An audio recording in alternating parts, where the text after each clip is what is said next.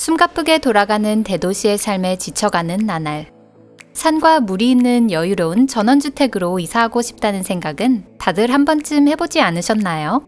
하지만 안타깝게도 내가 원하는 이상적인 집을 짓기에는 경제적인 여유가 충분치 않은 경우가 많습니다. 정말 부자가 아닌 이상 말이죠. 여러분, 안녕하세요. 사람들 대부분이 대저택을 원한다고는 하지만 아무리 돈이 많다고 해도 절대 살고 싶지 않은 집도 있습니다. 왜 그럴까요? 물론 다양한 이유가 있을 수 있습니다. 아무도 필요로 하지 않는 집에는 저마다 사정이 있는 법이니까요. 이번 토픽에서는 그런 집들을 소개해드리고 왜 아무도 사고 싶어 하지 않는지 그 이유에 대해서도 함께 알려드리도록 하겠습니다. 흥미가 가시나요? 그럼 시작해보겠습니다.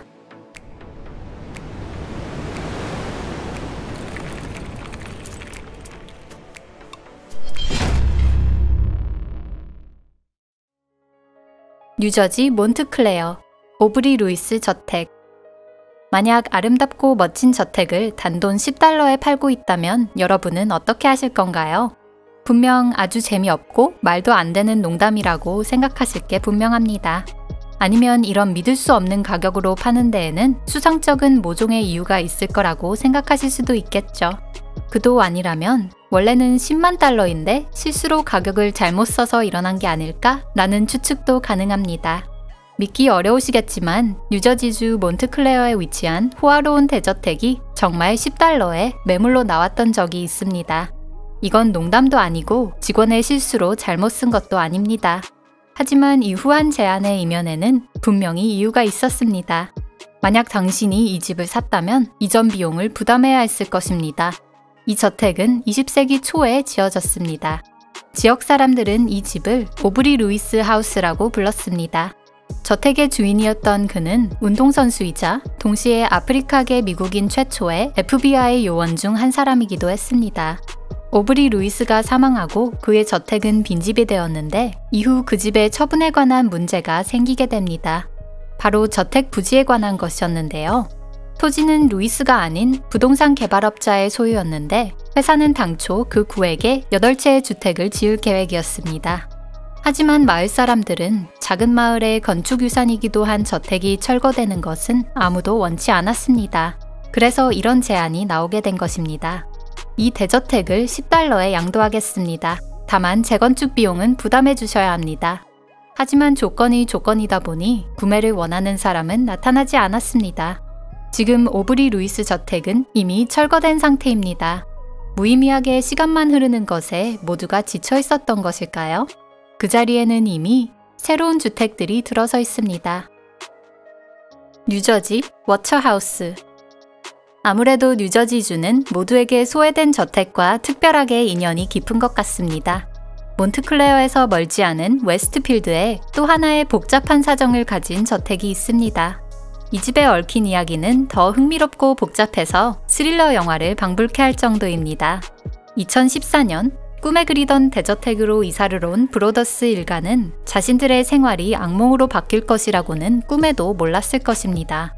모든 것의 시작은 우편함에 들어있던 편지에서였습니다.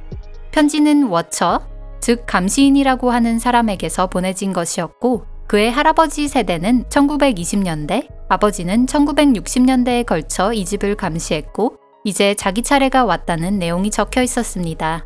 편지만으로도 워처가 범상치 않은 인물이라는 것을 알 수 있습니다. 브로더스 가문에는 이후에도 워처의 편지가 계속 도착했고 편지는 공포를 느끼게 하는 내용들이 대부분이었습니다. 어느 편지에는 저택 벽에 숨겨진 물건을 발견했는지에 관심을 보이는 내용이 적혀 있기도 했습니다. 또 하루는 집안에 자식이 3명 있다는 것을 알고 있었던 것인지 이곳에 아이를 데리고 온 건 잘한 일이다. 이 집에는 젊은 피가 필요하다 라는 내용이 적혀 있었다고 합니다.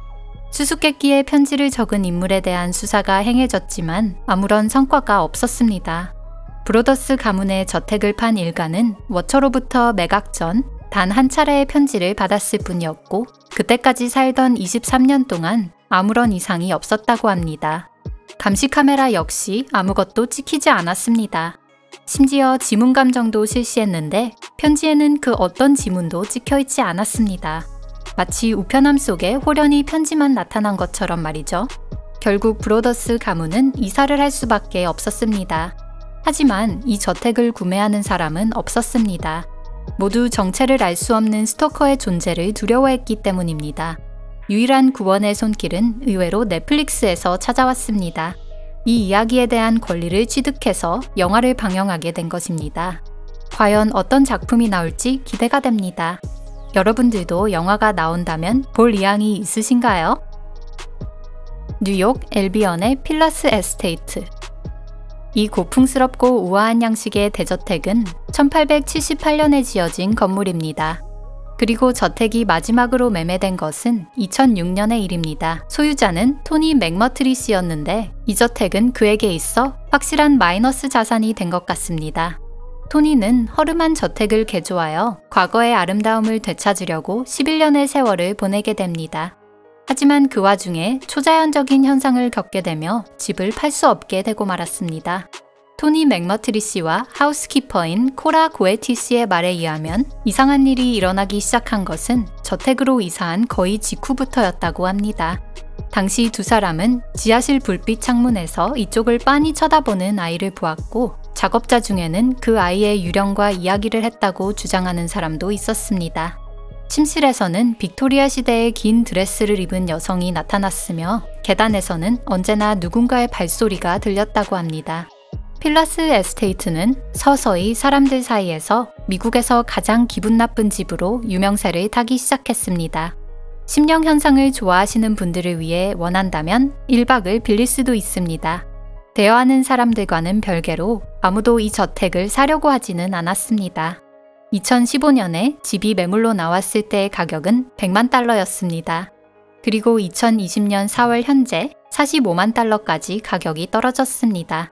하지만 55%나 인하에도 구매자는 나타나지 않고 있습니다. 아무래도 대부분의 사람들은 저택을 구입하면 반드시 거쳐야 할 퇴마 비용을 걱정하고 있거나 그도 아니면 단순히 귀신을 두려워하는 것일 수도 있습니다. 워싱턴주 포트 타운샌드 앤 스탈렛 저택. 이곳은 1889년에 조지 스탈렛이 그의 아내 앤을 위해 지은 저택입니다. 부부는 함께 오래도록 행복한 생애를 보냈습니다. 부부를 아는 사람들이 이구동성으로 말하기를 아내와 남편은 서로를 존중했고 사랑했으며 이 멋진 집 역시 무척이나 아꼈다고 합니다. 그래서 그런 걸까요? 아무래도 두 사람은 세상을 떠난 후에도 저택에 대한 애착이 너무 강한 나머지 쉽게 떠나지 못한 것 같습니다. 주민들은 부지 내에서 앤 스탈렛을 닮은 붉은 머리의 여자와 그 남편을 닮은 남자 유령을 자주 본다고 합니다. 그리고 부부만으로는 외로운 것인지 그 밖에도 생전에 저택에서 일했을 것으로 추정되는 하인들도 드문드문 저택에 나타난다고 합니다.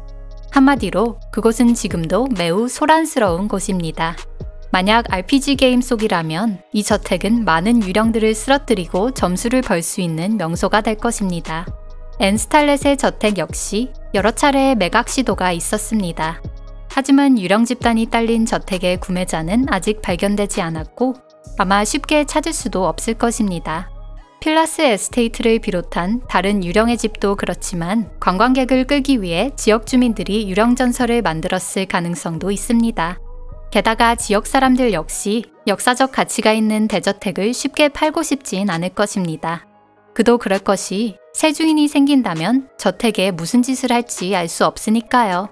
철거되거나 새 건물로 개축된다면 모처럼의 관광 명소를 잃는 셈입니다. 만약 이 가정이 사실이라면 그들의 계획은 성공적이었다고 할 수 있을 것입니다. 초자연적인 이야기는 관광객을 불러 모으는 동시에 구매자는 내쫓는데 아주 탁월한 방법이니까요. 이번 영상은 여기까지입니다. 끝까지 시청해주셔서 감사합니다. 이번 주제는 마음에 드셨나요? 귀신 이야기는 과연 진짜일까요? 누군가의 생각에서 나온 이야기라면 과연 누가 무슨 목적으로 지어낸 것일까요? 여러분들의 의견을 들려주세요. 댓글은 항상 즐겁게 읽고 있습니다. 그럼 다음 영상에서 뵙겠습니다. 안녕히 계세요.